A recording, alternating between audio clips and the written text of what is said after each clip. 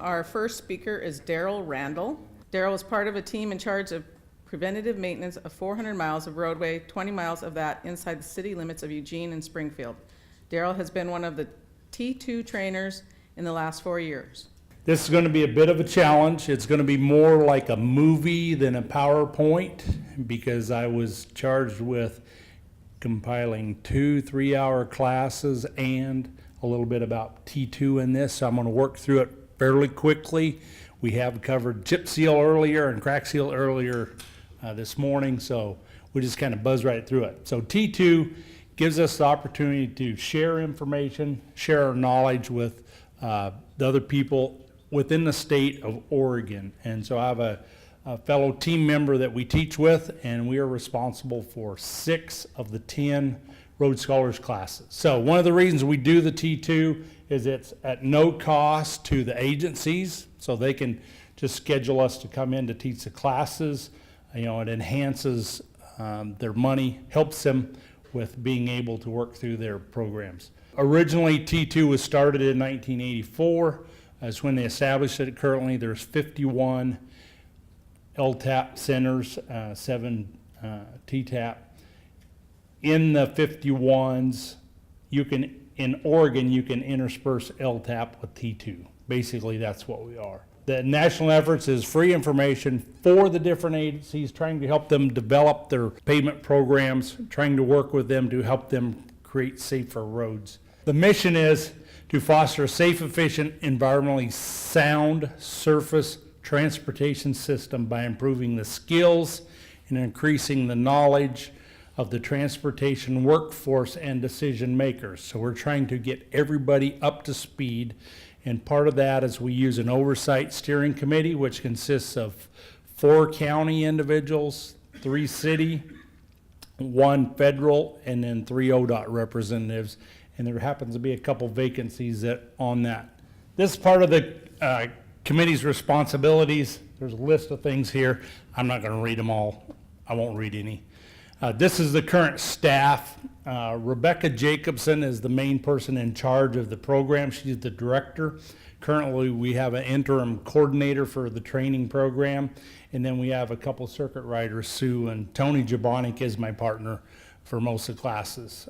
The focus of our work area is safety for the roadway and the work zone, the workers and the workplace, infrastructure management, workforce development, and operational excellence. So trying to improve what we're doing.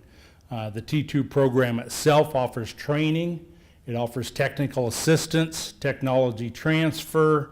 So if there's any questions you have, you can contact T2 Center and they will work on getting an answer for you. And then the circuit rider program itself. And these are the training programs available.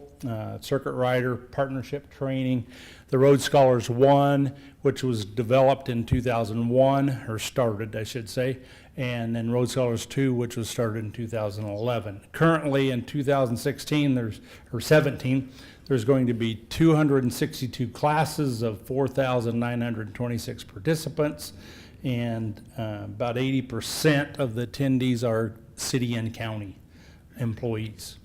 So these are just a few of the circuit rider classes. They talked about hazmat refreshers, forklift operation, integrity of work zone. Those are some of the circuit riders. Partnership trainings, we partner with APWA for short schools and some of the other trainings available, of which I guess that's kind of where I am here today, as I'm part of that partnership training.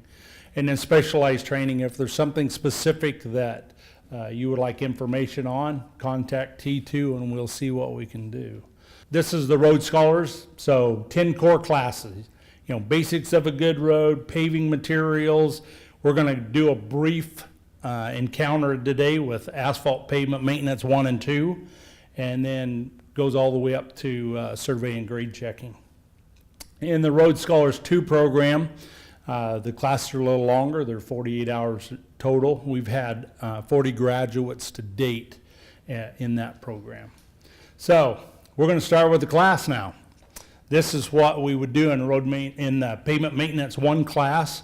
We talk about preservation, the distress identifications, and potholes and cracks. Pavement preservation. We learn to become familiar with the terms, to understand the basic concepts and pavement life cycle. When we talk about definition, we talk about preservation, we talk about pavement rehabilitation, and we talk about corrective maintenance. In the major pavement rehabilitation extends the service life of an existing pavement. So components of pavement preservations, we have the minor rehabilitation, crack sealing, like we learned earlier today, preventative maintenance, and then routine maintenance. With minor rehab, we're trying to keep the water out. That's our goal, keep the water out of our asphalt. Preventative maintenance is the planned strategy of cost-effective treatments to an existing roadway system. So we're trying to preserve the system. So it's planned, it's performed on good pavements, and it contributes to long-term performances. So some of the examples that we heard earlier, fog seal, chip seal, thin hot mix, asphalt overlays. Routine maintenance. Once again, we're learning about what it consists of, how it works into our road systems. Corrective maintenance is more reactive. It's performed on failing pavements. It does not contribute to long-term performances. The examples are, patching or pothole repair. What do you think that's a candidate for? Looking at that picture. Any ideas? Fog seal. Fog seal. Fog seal might be the ideal cure for that one. Doesn't look like we have any rutting. We're just trying to take care, seal up those micro cracks, keep the water out. Timing is everything. In preventative maintenance, it's planned, it's performed, or it's before deterioration and extends the facility life. Routine, it's planned, it's not necessarily before deterioration, and sometimes it extends it. When we get into the corrective, generally it's planned, but usually it's after we've already seen some of the deterioration happen, and sometimes it may give you a little more life, but it doesn't always give you what you're looking for. Reactive, there's no planning, it's already a pothole, we're already headed out there to fix it. So probably not going to extend the life, it's just a Band-Aid to get us through until we can move it up on the list. So what is pavement management? It's a systematic method routinely collecting, storing, and retrieving decision-making data needed to make the maximum use of limited dollars. And that is truly the key in our training that we pass along, is that it all comes down to we're trying to be as efficient as we can with the dollars that we have to maintain the system that we have. In pavement management concepts, we talk about the pavement condition, the life cycle, pavement condition index or PCI, pavement serviceability index, PSI, and then the critical PCI. So we show the slide. Pavement has a life cycle. At the very top, 100%, that's when everybody's come out, cut the ribbon, throw road maintenance the keys to the system. It's our job to keep it in that good or better condition. That's the goal. Pavement condition rating systems, PCI, is a 100 is excellent. So top of that scale is 100%.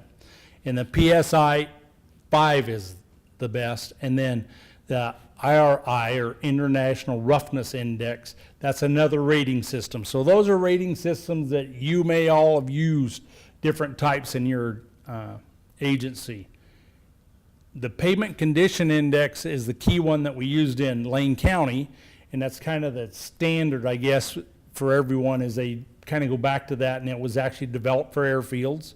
We look at just a short example here for PCI rating. We have weather raveling. From the picture, you can see that. Distress type is weather raveling. Distress severity is low. 100% of the surface, so deduct it by 12 points. We have a PCI of 88. So there we see it on the graph. Critical PCI is when we drop into that 65, 70 range. So our whole goal in preventative maintenance is to stay in the upper level.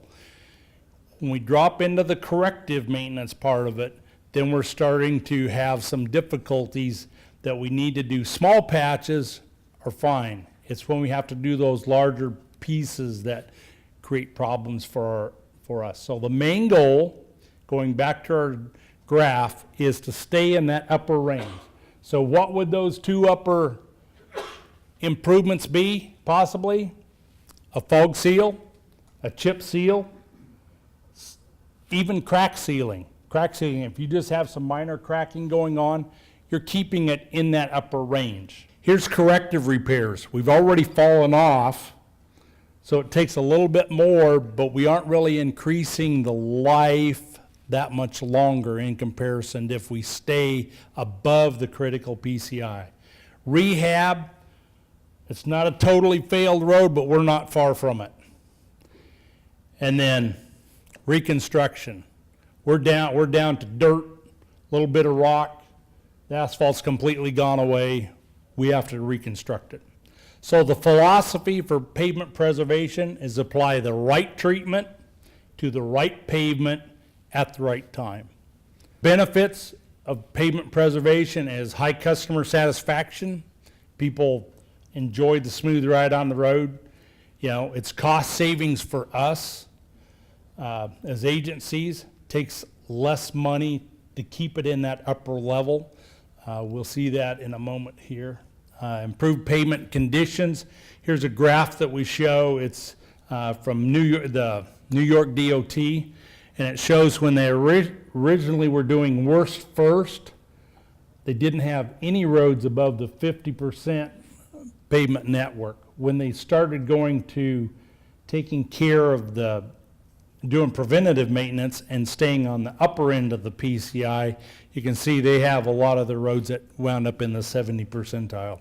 So that's the goal. The cost savings, we talked about less expensive treatments. Here's an example. These are older numbers. I know they're 2007. Some of them probably aren't too far off, but you can see by the graph that it doesn't cost very much for a fog seal treatment. But when you start getting into the corrective range or you drop down into the totally rebuild, you're looking at, 10, 15 times plus to get that road back to where it's usable. And the purpose of pavement is for increased safety is the number one priority. We're trying to make the roads safer for the travel of the motoring public. And here's the challenges for the implementation. Some of the barriers is sometimes we have personnel changes that are whether it's a commissioner, whether it's a city manager, or could even be a state legislature. In that funding, we need to make sure that the people that are helping make those decisions understand why we're doing it, why we want to go out and fog seal ahead of time of a chip seal. If you're doing F-mix, my experience is you fog seal F-mix a year before you go back to chip seal it, because if you don't, you will have a failure. You will have the rock will come off because you're not getting enough asphalt into the F-mix. So those are just part of the perceptions that we need to take care of. The public needs to understand the reason that we're doing it is that we're trying to get the best bang for the buck. So we need to educate them, and as I said earlier, we need to educate those that are helping us in management and the ones that are making the decisions or help us with the decisions. So distress identification, I talked about that. Distress, we just show some pictures. We go through the different visual things. Do we think drones are in the future? Possibly. There may be drones out there flying your streets to identify the cracks and the different distresses. But it still comes back to what it is it takes to do the repair. There's a visual survey, there's roughness surveys, there's all the other deflection testing. But the key element comes back to the distress of that pavement. Is it through fatigue cracking, through loads, too heavy loads? Is it the weather, the climate? Is that playing into it? Or is it the base or the construction? Fatigue cracking can be too thin a pavement. Early in my career, we had some pretty thin overlays, and then we had some thin oil shots that were done, And when I was younger, I used to ride with my dad, and most roads were designed for 72,000 pounds was the maximum loads. What are we running on them now? 105.5? You know, so that's part of it. It goes back to the design itself. What was the road designed for? So that can create some of the fatigue cracking. Potholes, we already kind of talked about that. Alligator cracking. Rutting. This is a picture I love right here. This happens to be in Hermiston, Oregon. And I think there was a problem with maybe a little bit too soft a mix. Bottom line is, it's a road. It's a major road that carries all the heavy trucks, and they've had a rutting issue that's happened, and part of it is due to the heat itself. And we talk about that in the class. We talk about making sure that whatever asphalt product you do use is correct for the environment and correct for the area that you're in, because Willamette Valley in Oregon is entirely different than Ontario, Oregon, and it's even different than the coast. So we have block cracking, reflective cracking, weathering, raveling, we talked about that. Dirty aggregate. I was in charge of the chip seal program. Nothing frustrated me more than dirty aggregate. We need super clean rock when we do our chip seals. Some of the other distresses, edge cracking. Once again, this is one of those that little crack seal right now will buy you some time, but it may not be the ultimate cure for what you need to do. Polished aggregate, you know, studded tires is one of the major issues that is causing that. Slippage cracks. Once again, back to our preventative candidates. We want them to be in that upper, above the critical PCI. Potholes, we know where they come from. Bottom line is, in Oregon, we have the QPL spec list. We talked about specs earlier. This is just a picture off the list. So if you're going to utilize a product in your area, that's a way for you can go and check to see what's been tested and what works the best for you. Dig out repairs. We have a picture here. So you want to extend at least a foot outside the distressed area. You want good vertical edges. Go to solid base. Tack the edges. Put your material in. Spread it. Compact each lift thoroughly. How thick do you go? Do you go 6 inches? No. 1.5 inches, 2 for each layer. And then make sure you got a nice straight edge. Nothing worse than doing a patch and having a bird bath in the middle of it. And then, make sure to seal the edges. Blot is needed. I left this picture in. They're Umatilla County. They have a blow-in pothole filler. They love it. It works well for them. I left it in because it's an example of each area has its own characteristics, and you may have a tool that works really good in your area that needs to be out there. People need to know about it. Rules of thumb, dig out a foot. We already talked about that. 1.5 times the thickness of the failed asphalt. Crack treatments, this is just a slide that kind of gives the rough draft of what we teach in crack seal repair. Anything less than 1/8 of an inch, do nothing or fog seal it. When you're in that 1/4 to 3/4 inch range, that's what you feel. When you get above that, you have to come up with something else, whether it's, put something in the bottom to hold it, whether it's fiber filler, crack sealing techniques, route. And so you use a router so you can get more material in. Band-aid version is that term. Here's also a QPL list for the crack seal materials. So rule of thumbs, make sure it's clean. Okay, the second class, and I think I'm just going to bypass the second class because we're already through that, but the objective of the second class is to investigate the types of surface treatments and where they are most beneficial. Stop the slides there with that picture. In chip seal, do you always get the opportunity to have 3 rollers? We never did in Lane County, so you have to get creative. Every truck cuts his tracks, so you utilize the trucks to do it. Every rock has a home in chip seal. The comment earlier was made 200 pounds of rock. 200 pounds of rock is way too much rock. But we all know that. but every rock has a home, because if it doesn't, it will flip up and cause the next one beside it to flip up, and before long you have a failure. And I'm going to leave this with the last comment on chip seal, is that eye contact was what I preached, because everybody on that crew at one point or another is accountable to every other person on that crew, and there are people on the ground, and you need to know where everybody is so that nobody gets injured. Because chip seal is a real easy spot for someone to get injured, because you're spending the majority of your day in reverse as a truck driver. So count bodies, make sure you know where everybody is. And so I'll leave that with that. I do have a slide at the end that gives Rebecca's information for you to be able to contact T2 if you're interested in the program and what we're doing. Like I said, I was trying to condense it as best I could. That's all I could do. Any questions? Thank you.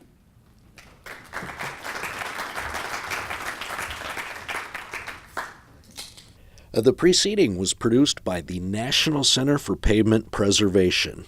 More information can be found on the web at pavementpreservation.org. Additional support provided by Michigan State University.